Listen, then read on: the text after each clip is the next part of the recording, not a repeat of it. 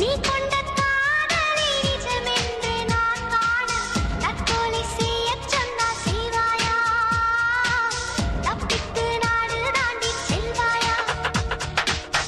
இதயமலை ஏறி நெஞ்சென்ற பள்ளத்தில் குதித்து நான் சாக மாட்டேனா?